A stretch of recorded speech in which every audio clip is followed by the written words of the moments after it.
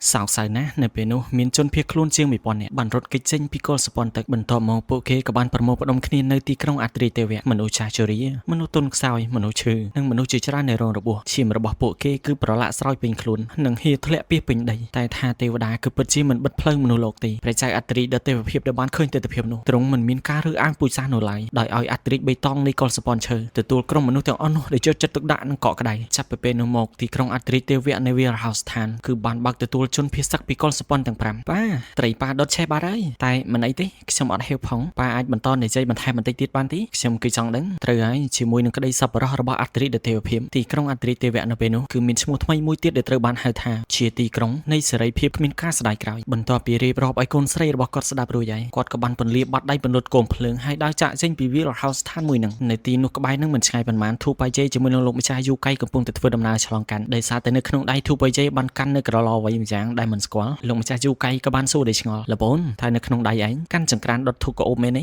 អត់មែនផងនេះគឺជារបស់ដែលមិត្តម្នាក់បានប្រគល់ឲ្យខ្ញុំថែរក្សាអូអញ្ចឹងវាគួរតែមានន័យថាជារបស់អនុស្សាវរីយ៍មនុស្សជាទីស្រឡាញ់របស់ឯងប្រគល់ឲ្យមែនទេសាច់រឿងនៅពេលនោះបានកាត់មកខាងក្រោយបន្តិចពេលនឹងធូបបៃជ័យបានប្រគល់ដាវដែលបាក់នោះទៅកាន់នារីបរិសុទ្ធវិញប្រាប់ថាវាគួរតែមិនស័ក្តិសមជាមួយនឹងគាត់ឡើយលើពីនឹងទៅទៀតគាត់ថែមទាំងបានធ្វើវាបាក់ទៀតផងប្រើកម្លាំងទៅទេវភាពលុតដាវឲ្យប្រែក្លាយទៅជាថ្មីអ្វីដែលគាត់និយាយបន្តនោះគឺដាវបាក់គឺជាវាសនាអ្នកគឺមិនមានកំហុសឡើយដាវនេះគឺបានដេកលងលក់នៅក្នុងបាតសមុទ្រអស់រយៈពេលជាង200ឆ្នាំទៅហើយនៅពេលនេះវាបានធ្លាក់ចូលទៅក្នុងដៃរបស់ឯងគឺមិនមែនជារឿងចៃដន្យនោះឡើយវាគួរតែជាវាសនាដូចគ្នាអញ្ចឹងហើយវាគួរតែត្រូវនៅជាមួយនឹងអ្នកក៏វាដៃបន្តិចដាវក៏ហោះបន្តមកក៏ចូលទៅក្នុងចង្កេះរបស់ធូបបាយជ័យវានៅជាមួយនឹងខ្ញុំបែបនេះក៏ល្អដែរពីព្រោះព្រះចៅអត្រិដទេវភាពបានប្រាប់ឲ្យខ្ញុំប្រគល់ដាវមួយនេះដែលផ្ទាល់ដៃទៅកាន់ម្ចាស់ដាវនេះវិញដូច្នេះហើយខ្ញុំនឹងបន្តកិច្ចសន្យានេះមិនថាបើទោះបីជាតាមផ្លូវត្រូវអត់ឃ្លានឬក៏បានជួបជាមួយនឹងឧបសគ្គធំយ៉ាងណាក្នុងជីវិតនោះទេខ្ញុំនឹងធ្វើដំណើរជុំវិញពិភពលោកស្វែងរកម្ចាស់ដាវនេះនិងប្រគល់ដាវមួយនឹងទៅកាន់ម្ចាស់វាវិញឲ្យតទៅបានងាកមុខដើរទៅក្រោយអ្វីដែលនារីបរិសុទ្ធនិយាយពីនឹងនោះគឺកំពូលភ្នំថាងបើសិនជាថ្ងៃណាមួយអ្នកបានឆ្លងកាត់កំពូលភ្នំថាងអ្នកគួរតែអាចជួបអ្នកមីងរបស់ខ្ញុំនៅទីនោះហើយអ្នកក៏កុំភ្លេចប្រាប់ពាក្យប្រែផ្ដាំចុងក្រោយរបស់អត្រិដទេវភាពទៅកាន់គាត់ផងមិនចាំវិញទៀតត្រាឈើជាមួយនឹងសមុទ្រឈាមនោះអ្នកក៏អាចប្រគល់របស់ទាំងពីរនឹងទៅកាន់អ្នកនាំសារដែលមកពីទីក្រុងអត្រិទេវៈបានពិភពលោកខាងក្រៅដែលពិតប្រាកដមានគ្រោះថ្នាក់ខ្លាំងណាស់ថែរក្សាខ្លួនបន្ទាប់ពីសម័យចំគេក៏បានដកត្រានិមិត្តសញ្ញាឈើជាមួយនឹងខ្លឹមសារឈាមដែលត្រូវបានបន្សល់ទុកដោយលោកម្ចាស់សិននងប្រគល់ទៅឲ្យលោកម្ចាស់យូកៃអានរួចគាត់ក៏ស្រាប់តែលុតចុះមកខាងក្រោមលុតជង្គង់ធ្វើការគោរពធូបបច្ច័យតាមពិតអ្នកប្រុសគឺពិតជាអ្នកនាំសាររបស់អត្រិដទេវភាពមែនទីបំផុតប្រជាជនទាំង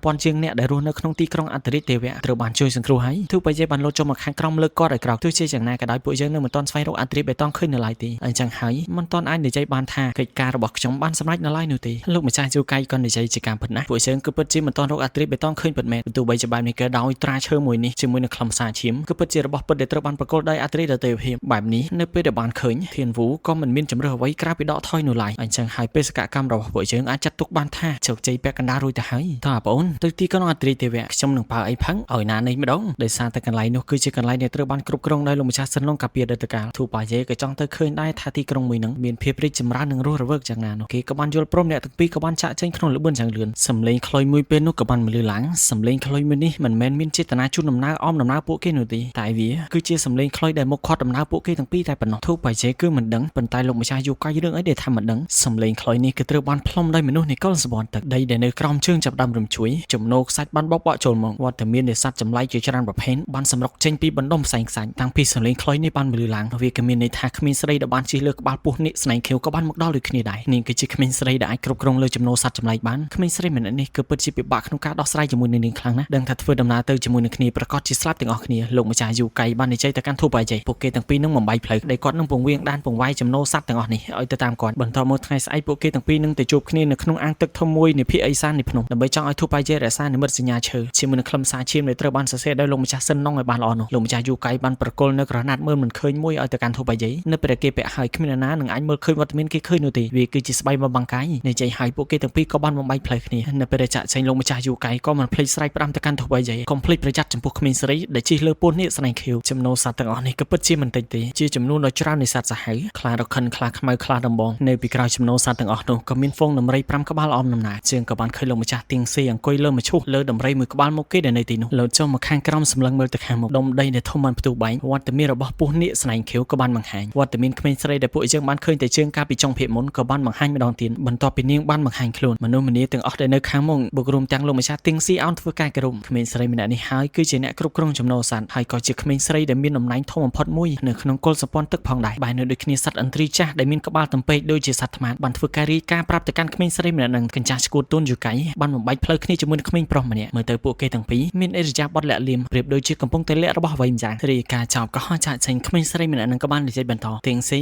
ក្មេងប្រុសម្នាក់នោះក៏ពិតជាគួរឲ្យចាប់អារម្មណ៍សាច់របស់គេសស្អាតពួកនាគស្នែងខៀវរបស់ខ្ញុំចាប់អារម្មណ៍អញ្ចឹងហើយអ្នកអាចទុកក្មេងប្រុសម្នាក់នឹងសម្រាប់ខ្ញុំដល់ស្រេចទៀងស៊ីក៏គោរពស្ដាប់បញ្ជានាងក៏បានយកដៃប៉ះថាថាជាមួយនឹងក្បាលរបស់សត្វនាគស្នែងខៀវរបស់នាងបន្ទាប់មកវាក៏ហោះចាក់ចេញទៀងស៊ីបានសើចអលិនមើលទៅសំណាងរបស់ឯងមិនល្អទេដែលត្រូវបាននាងតូចពេញចិត្តឯងគួរតែត្រូវបានស្លាប់ដោយមិនបន្សល់ទុកសាកសពនោះឡើយបើជើងក្រឡេកមកមើលស្ថានភាពរបស់លោកម្ចាស់យូកៃវិញត្រូវបានទាហាននីកុលសម្ព័ន្ធទឹកឡាមព័ទ្ធជុំវិញឆ្វេងស្ដាំពួកគេថែមទាំងបង្ខំឲ្យគាត់ចោះចូលនឹងប្រគល់ខ្លួនទៀតផងក៏ប៉ុន្តែថាលោកម្ចាស់យូកៃដែលចិត្តទៅខ្លាចពួកគេតាំងពីពេលណាបើពួកឯងចង់ស្លាប់បញ្ញាប់ចូលមកពួកគេស្ទុះចូលទៅក៏ត្រូវលោកម្ចាស់យូកៃកាប់សងគ្រាន់តែថាគាត់មួយទប់ទល់ជាមួយនឹងចំនួនដ៏ច្រើនគាត់មិននឹងអាចជាដៃគូរបស់ពួកគេក៏ទៅនៅពេលកាប់ចុះឡើងគាត់ក៏ត្រូវបានគេធាក់មួយជើងនឹងកាប់មួយដៃលុតចង្គង់នៅទីនោះគ្មានបញ្ហាទេនៅតែអាចប្រយុទ្ធបាននៅឡើយពួកគេសម្រុកចូលមក3គាត់ធាក់មួយជើងនឹងកាប់ទប់រងមួយបន្ទាប់មកបំទុះធម្មពលធ្វើការទប់រងជាបន្តទៀតគ្នាពួកគេច្រើនណាស់ស្ទុះចូលមកពីគាត់កាប់អានៅចំពោះមុខមួយប៉ាស្មារបស់គាត់ក៏ស្រាប់តែលេចមួយដាវភ្លឹមក្រឡោះកដៃគ្រួសដាវដ៏ខ្លីរបស់គាត់ដាំឡើយបានប្រែក្លាយទៅជារំពាត់ដាវវត្តផ្ដាច់ខ្លួនពួកគេទាំង3បំផាំងចេញក្រៅគ្នាពួកគេច្រើនណាស់ស្លាប់ពី3ក៏នៅតែសល់ជាមួយនឹងចំនួនដ៏ច្រើនដដែលនឹងគ្រួសដាវមិនតែលោកម្ចាស់យូកៃបានឲ្យចៃដែរបំណូតមួយជីវិតខ្ញុំនេះបានដើរហើរពីពេញពិភពលោកទៅហើយបើទោះបីជាត្រូវស្លាប់នៅក្នុងថ្ងៃនេះក៏ដោ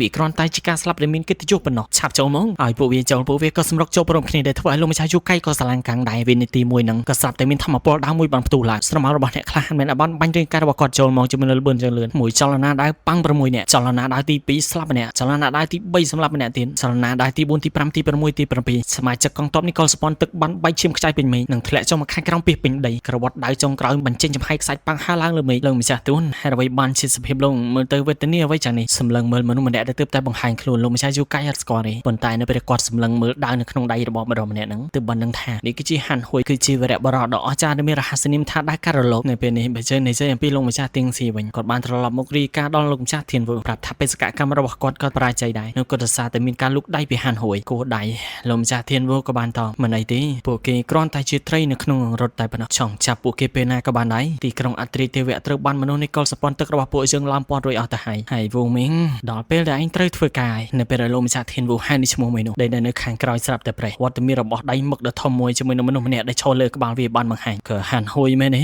ល្អទុកឲ្យខ្ញុំជាអ្នកទៅសម្រាប់គេដោយផ្ទាល់ខ្ញុំនឹងមហូតឈាមគេឲ្យអស់ចេញពីខ្លួននិងសម្រាប់គេដោយដៃរបស់ខ្ញុំបោះវត្តមួយទៀតទៅឲ្យមេតបទៀងស៊ីប្រាប់ឲ្យពួកគេទាំងពីរទៅបញ្ចប់ភារកិច្ចដែលមិនទាន់រួចស្រេចបាច់បាននិយាយអំពីធូបៃចៃគេកំពុងតែដើរបណ្ដៅអានបណ្ដៅនៅកំណត់ត្រាដែលត្រូវបានបន្សល់ទុកដោយលោកម្ចាស់សិននងភ្នំតុងស៊ីសម្បូរដោយត្បូងថ្មមានតម្លៃមានទឹកអូរហូរកាត់ប្រសពពីទិសឦសានចូលទៅកាន់ដៃសមុទ្រតាមរចនាបថនៃទឹកហូរមួយនេះបង្កើតបានទៅជាអាងដ៏ជ្រៅមួយនៅភាគខាងជើងនៃភ្នំហើយនិយាយអញ្ចឹងហេតុអ្វីបានជាលោកម្ចាស់ទួននៅតែមិនទាន់មកដល់ទៀតអញ្ចឹងតើគួរតែមានបញ្ហាអ្វីលើគាត់ឬក៏អត់កំពុងតែគិតគឺស្រាប់តែលើសំឡេងក្រហមក្រឡេកមើលទៅមិនមែនធម្មតាណាគឺជាសត្វពស់នាគស្នែងខៀវដែលកំពុងតែដេញគេពួនបន្តមកក៏គិតនៅក្នុងចិត្តបន្តពងមួយក្បាលនេះធំខ្លាំងណាស់រឹតតែពិតជាគួរឲ្យចម្លែកតើវាគួរតែបានលេបលោកម្ចាស់ទួនយូកៃបាត់ហើយទេដឹងទេគួរតែមិនអាចទេគាត់គួរតែមិនទាន់មកដល់ហើយទោះជាយ៉ាងណាក៏ដោយខ្ញុំត្រូវតែប្រុងប្រយ័ត្នយកស្បែកមើលមិនឃើញមកគ្របលើខ្លួនបំបាំងកាយលាក់ដង្ហើមនៅទីនោះក៏មិនដឹងថាក្មេងស្រីម្នាក់នឹងធ្វើពុតជាមើលមិនឃើញធូបៃចៃឬក៏នាងបានឃើញហើយប៉ុន្តែធ្វើជាមិនឃើញនោះទេនៅពេលនេះធូបៃចៃកំពុងតែសម្លឹងមើលរូបរាងដ៏ស្រស់ស្អាតរបស់នាងដែលកំពុងតែបណ្ដាច់ខ្លួននៅលើទឹកដេកឲ្យមើលអស់ចិនក្រៅឈរឲ្យមើលវិញម្ដងធូបៃចៃបន្ទាប់ពីមើលឆ្អែតក៏ងាកមកចេញសម្រាប់ជើងរបស់គេក៏បានធ្វើឲ្យពស់នាគស្នែងខៀវភ្ញាក់ដែរហើយនៅពេលគេឃើញថាពស់យក្សមួយក្បាលនឹងសម្ដៅទៅរកក្មេងស្រីនៅក្នុងអាងតែធ្វើឲ្យធូបៃចៃរបស់ជើងបារម្ភហើយក៏រត់ទៅខាងក្រោយវិញអ្នកប្រុសតើមើលមិនទាន់ចែកមែនទេទើបបានជារត់ត្រឡប់មកវិញលបឿនរបស់នាងគឺលឿនណាស់គ្រាន់តែនាងនិយាយចំក៏បានបង្ហាញខ្លួននៅចំពោះមុខធូបៃចៃតែម្ដងបាទអ្នកប្រុសចង់មើលច្បាស់គ្រាន់តែប្រាប់ខ្ញុំមិនចាំបាច់លួចមើលបែបនេះទេគឺពិបាកសភាពបរោះយើងបានរៀបដៃភ្លាមៗប្រាប់ថាមែនទេខ្ញុំមកវិញគ្រាន់តែចង់ប្រាប់ថានៅទីនេះគឺគ្រោះថ្នាក់តែប៉ុណ្ណោះគ្រោះថ្នាក់ដែលអ្នកប្រុសនិយាយនោះគួរតែជាពស់ស្នែងខៀវរបស់ខ្ញុំនេះមែនទេនៅពេលដែលដឹងថានាងគឺជាម្ចាស់របស់សត្វពស់នោះធូបៃចៃបានគិតត្រឡប់មកវិញអញ្ចឹងវាក៏មានន័យថានាងគឺជាម្ចាស់ពស់នោះហើយនាងក៏ជាអ្នកគ្រប់គ្រងចំណូលសត្វកាលពីពេលមុននោះដែរតើនាងមកទីនេះដោយចៃដន្យឬក៏នាងមកទីនេះដើម្បីចាំខ្ញុំឬក៏នាងបានដឹងអំពីសាវតារបស់ខ្ញុំហើយមិនស្រួលទេខ្ញុំគួរតែចាក់ចេញពីទីនេះឥឡូវនេះនិយាយអញ្ចឹងខ្ញុំសុំលាហើយអ្នកប្រុសបន្ទាប់ពីមើលខ្ញុំអស់ហើយប្រងចាក់ចេញនៅបែបនេះមែនទេតើពួកយើងគួរតែធ្វើរឿងមួយឲ្យស្មើភាពគ្នាសិនបានអត់អ្នកប្រុសតូចគួរតែត្រូវឲ្យខ្ញុំមើលវិញទើបត្រូវឆាប់ឡើងចូលមកនេះមកចូលទៅនឹងគេប៉ុណ្ណឹងក៏គិតនៅក្នុងចិត្តមិនកើតទេខ្ញុំមិនអាចឲ្យផ្លាកសញ្ញាត្រាឈើជាមួយនឹងសារឈាមរបស់លោកម្ចាស់សិននោះធ្លាក់ចូលទៅក្នុងដៃរបស់នាងបានឡើយតាំងពីតូចមកខ្ញុំគឺមិនដែលដោះសម្លៀកបំពាក់នៅចំពោះមុខមនុស្សស្រីទេតែអាចឲ្យខ្ញុំទៅដោះសម្លៀកបំពាក់នៅទីនេះសិនហើយចាំមកវិញបានអត់និយាយបែបនឹងរួចគេក៏បានរត់ទៅក្បែរថ្មបន្ទាប់មកយករបស់របរទាំង3ចេញ ចេញហើយក្រោកវាដែលស្បៃមើលមិនឃើញបន្ទាប់មកក៏រត់ទៅខាងមុខនេះចៃថាលាហើយពេលក្រោយជួបគ្នាគ្រាន់តែអ្វីដែលយើងឃើញគេមិនបានរត់ទៅមុខឯណាក៏ដោយសារតែក្មេងស្រីម្នាក់ហ្នឹងបានបោះដៃបញ្ជាទាំងចាប់ទាញយករាងកាយធូបបាយជ័យមកខាងក្រៅវិញថែមទាំងបានដោះសម្លៀកបំពាក់របស់គេរួចហើយទៀតសម្លឹងមើលមុខបន្តិចនាងក៏បានបញ្ជាពោះវិញ្ញាណពីរហើយហោះចូលទៅក្នុងកែវភ្នែករបស់ធូបបាយជ័យគេច្រាននាងចេញខណៈពេលដែលគេស្រែកប្រវេសប្រវាស់ថាជាអ្វីហ្នឹងហោះមកខាងក្រោយនាងក៏បានសាយកុំខ្លាចអីពួកទាំងពីរនោះគ្រាន់តែធ្វើឲ្យពួកយើងពីរនាក់សប្បាយជាមួយនឹងគ្នាបានយូរតែប៉ុណ្ណោះមិនមានគ្រោះថ្នាក់ទេបន្ទាប់ពីត្រូវបានពោះវិញ្ញាណទាំងពីរក្បាលនឹងចូលទៅក្នុងភ្នែករួចហើយធូបបាយជ័យដូចជាកំពុងតែស្ដាប់សម្ដីរបស់នាងបានបញ្ជាចូលមកអោបខ្ញុំមកនាងនិយាយបែបហ្នឹងគេក៏បានចូលទៅអោបនាងបានប្រាប់ឲ្យថើមធូបបាយជ័យក៏បន្តថើមបន្ទាប់មកទៀតនាងក៏បានចាប់យករាងកាយគេលូនចូលទៅក្នុងទឹកទាំងពីរនាក់វិនាទីបន្ទាប់នោះគឺក្មេងស្រីម្នាក់ហ្នឹងនៅតែបន្តថើបទៅកាន់ធូបបាយជ័យដដែលគ្រាន់តែថាអ្វីដែលយើងបានឃើញនៅពេលនេះមើលទៅធូបបាយជ័យហាក់ដូចជាគេចចេញពីការសណ្ដំរបស់នាងបានបន្តិចដោយច្រាននាងក្រវត្តឡើងមកខាងលើវិញហើយវិនាទីបន្ទាប់សាច់រឿងនៃភាពនេះក៏ត្រូវបានបញ្ចប់ហើយ